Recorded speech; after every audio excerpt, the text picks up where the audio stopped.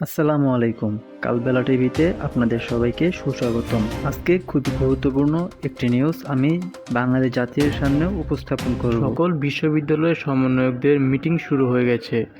Doctor ইউনূসের সাথে অন্য কারা কারা এই সরকারে থাকতে পারে তা চূড়ান্ত করে আজই পূর্ণাঙ্গ প্যানেল ঘোষণা করা হবে। আগামীকাল শপথ অনুষ্ঠিত হবে বলে জানা গেছে।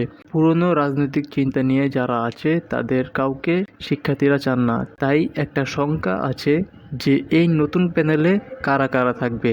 অন্যদিকে বিএনপি তাদের সম্মেলন করছে, ক্ষমতায় যেতে চায় বিএনপি, কিন্তু শিক্ষার্থীরা চায় বুদ্ধিমান ব্যক্তি যে এই দায়িত্ব পালন করতে পারবে।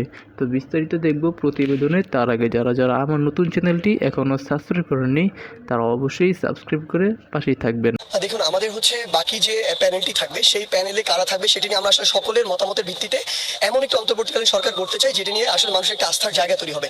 সেই জায়গা থেকে আমরা বিভিন্ন যারা দল রয়েছে, রাজনৈতিক দল, তাদের সাথে কথা বলার চেষ্টা করছি। অন্তত যেই মানুষটি সেখানে থাকবে তাকে নিয়ে যেন কোনো অভিযোগ না থাকে সেই বিষয়টি নিয়ে আমরা সবার সাথে কথা বলছি। প্রায় বলা শেষের দিকে। আমরা আজকে হয়তো অল্প কিছুক্ষণের মধ্যে, হয়তো বিকালের মধ্যে আমরা আমাদের এই নামগুলো কনফার্ম করে আসলে প্রকাশ করার প্রক্রিয়াটিতে যাব। তো আশা করি পুরো দেশের মানুষের সামনে অন্তত আমরা এরকম একটি প্যানেল দিতে পারবো যে প্যানেল নিয়ে এই দেশের অধিকাংশ মানুষের ওই আস্থার জায়গাটি রয়েছে। দেখুন, আমাদের বাকি যে প্যানেলটি থাকবে সেই প্যানেলে কারা থাকবে সেটি নিয়ে আমরা আসলে সকলের মতামতের ভিত্তিতে এমন একটি অন্তর্বর্তীকালীন সরকার করতে চাই যেটি নিয়ে আসলে মানুষের একটা আস্থার জায়গা তৈরি হবে। সেই জায়গা থেকে আমরা বিভিন্ন যারা দল রয়েছে, রাজনৈতিক দল, তাদের সাথে কথা বলার চেষ্টা করছি। অন্তত যেই মানুষটি সেখানে থাকবে তাকে নিয়ে যেন কোনো অভিযোগ না থাকে সেই বিষয়টি নিয়ে আমরা সবার সাথে কথা বলছি। প্রায় বলা শেষের দিকে। আমরা আজকে হয়তো অল্প কিছুক্ষণের মধ্যে, হয়তো বিকালের মধ্যে আমরা আমাদের এই নামগুলো কনফার্ম করে আসলে প্রকাশ করার প্রক্রিয়াটিতে যাব। তো আশা করি পুরো দেশের মানুষের সামনে অন্তত আমরা এরকম একটি প্যানেল দিতে পারবো যে প্যানেল নিয়ে এই দেশের অধিকাংশ মানুষের ওই আস্থার জায়গাটি রয়েছে।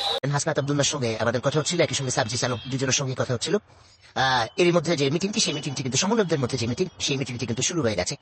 অন্যান্য বিশ্ববিদ্যালয়েও যে সমন্বয়ক প্যানেল আছে সেই সমন্বয়করাও কিন্তু কেউ কেউ ভার্চুয়ালিও যুক্ত হচ্ছেন এবং তাদের নিজেদের মধ্যে যে মিটিংটা চলছে কি আসতে পারে সেটাই হচ্ছে এখন বিষয়। ডক্টর মোহাম্মদ ইউনূস যার নাম প্রস্তাব করা হয়েছে এবং সেই সিদ্ধান্তের পর অন্য কারা কারা এই সরকারে থাকতে পারেন এমন যেমন একটি প্রস্তাবনা আছে এবং সেটি চূড়ান্ত করে এই মিটিং এর পর হয়তো বা তারা আমাদেরকে আজই জানিয়ে দেবেন এবং সেটা বসে নিশ্চিত করে গেছেন। সার্জি সানম সেটি বলেছেন যে আজই তারা তাদের যে পূর্ণাঙ্গ প্যানেল সেই প্যানেলটি তারা ঘোষণা করবেন এবং আগামীকাল শপথ হতে পারে এমনটাই কিন্তু তারা বলছেন। যে প্রশ্নটা আসছে সেটা হচ্ছে যে রাজনৈতিক দল অথবা এখানে এই প্যানেলে কারা কারা থাকতে পারেন, যে আভাসটা আমরা পাচ্ছি সেটা হচ্ছে যে এক কথায় যদি বলা যায় পুরনো রাজনৈতিক চিন্তা ভাবনা, ধ্যান ধারণা, বিশ্বাস নিয়ে যারা আছেন তাদের কাউকে শিক্ষার্থীরা চান না। অর্থাৎ বৈষম্য বিরোধী ছাত্র আন্দোলনের যারা সমন্বয়করা তারা তাদেরকে চান না, তারা চান অভিজ্ঞদেরকে।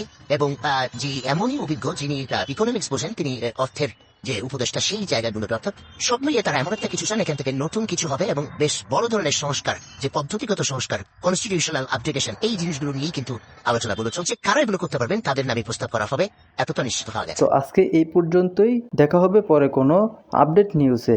ততক্ষণ আপনারা ভালো থাকুন, সুস্থ থাকুন এবং আমার চ্যানেলটি সাবস্ক্রাইব করে আমার চ্যানেলের পাশেই থাকুন।